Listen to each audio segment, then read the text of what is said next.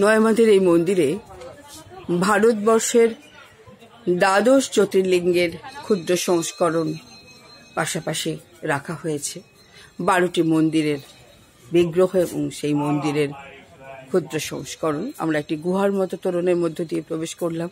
প্রথমেই আমরা দর্শন করব গুজরাটের সোমনাথ মন্দির।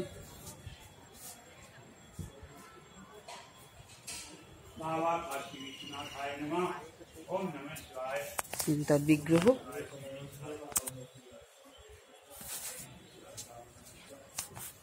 এরপর মধ্যপ্রদেশের মহাকালেশ্বর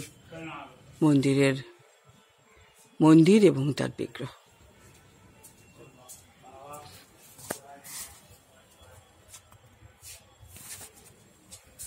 মল্লিকার্জুন, অন্ধ্রপ্রদেশের মল্লিকার্জুন, উত্তরাখণ্ডের কেদারনাথ,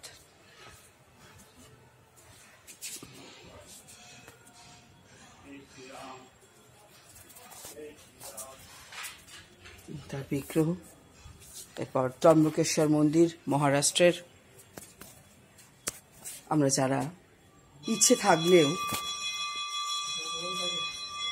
সেই দ্বাদশ জ্যোতির্লিঙ্গ সেই স্থানে গিয়ে দর্শন করতে পারি না, তাদের ক্ষেত্রে একই সাথে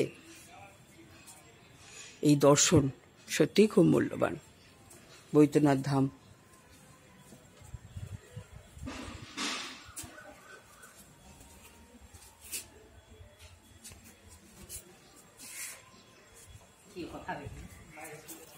তামিলনাড়ুর রামেশ্বরম,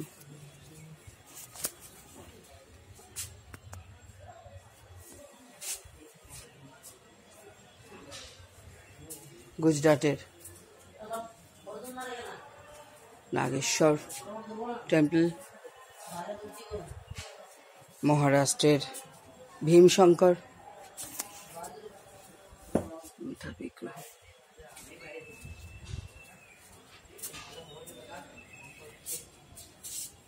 মধ্যপ্রদেশের অঙ্করেশ্বর মন্দির এবং তার বিগ্রহ, এবং কাশী বিশ্বনাথ মন্দির এবং তার বিগ্রহ। মহারাষ্ট্রের ঘুমেশ্বর,